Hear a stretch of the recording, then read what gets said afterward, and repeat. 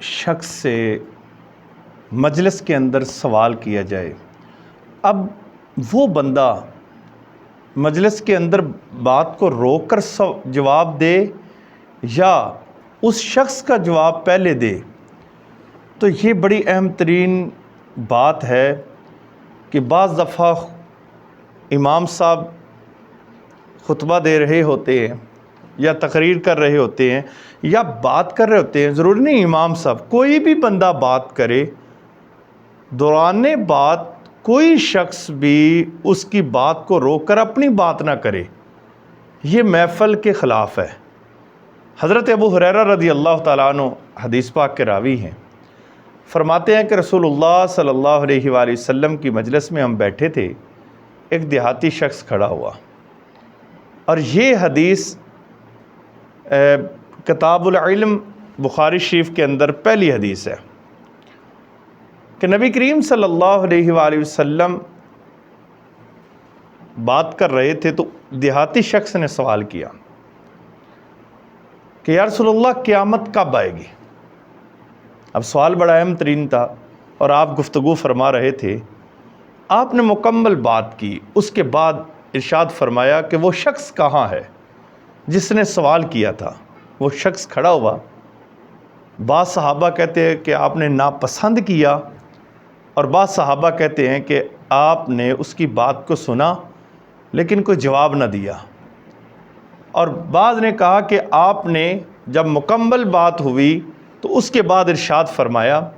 کہ وہ شخص کہاں ہے، کھڑا ہو جائے۔ وہ شخص کھڑا ہوا تو آپ نے فرمایا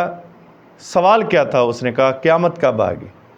تو آپ صلی اللہ علیہ وآلہ وسلم نے فرمایا کہ اے سوال کرنے والے، جب تو دیکھے کہ امانت کے اندر خیانت ہو رہی ہے تو پھر انتظار کر کہ قیامت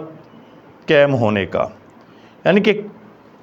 امانت میں اگر کوئی شخص خیانت کرنا شروع کر دے تو پھر سمجھ لو کہ قیامت نزدیک ہے۔ اب اس نے پھر سوال کیا، یا رسول اللہ صلی اللہ علیہ وآلہ وسلم، امانت میں خیانت کیسے ہوگی؟ امانت ضائع کیسے ہوگی؟ تو آپ نے فرمایا جب کوئی منصب کے نااہل تھا اور اس کو وہ منصب سپرد کر دیا جائے، یعنی کہ وہ اس اہل نہیں تھا اس کرسی کے یا منبر رسول پر بیٹھنے کے اہل نہیں تھا، لوگوں نے بٹھا دیا امامت کے لیے، وہ اہل نہیں تھا کہ وہ وزیر اعظم بنتا، وزیر اعلیٰ بنتا، یا کوئی خزانچی بنتا یا کوئی بھی معاملات، تو اس کو وہ منصب اس کے سپرد کر دینا، اس کو بٹھا دینا منصب پر، یہ امانت میں خیانت ہے۔ اور یہ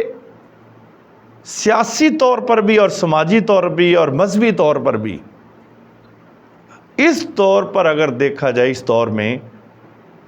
تو قیامت نزدیک ہے، کیونکہ امانت میں خیانت کی جا رہی ہے۔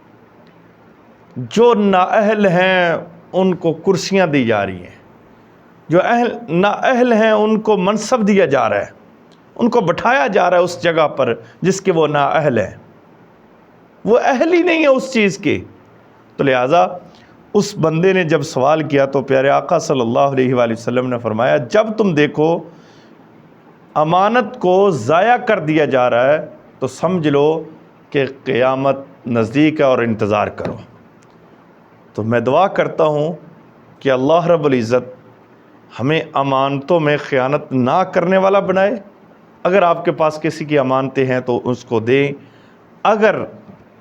آپ کو کوئی منصب دیا جائے تو اس پر پورا اتریں۔ تو تیسری چیز جو ہے وہ جب مجلس لگی ہو تو اس کے دوران آپ گفتگو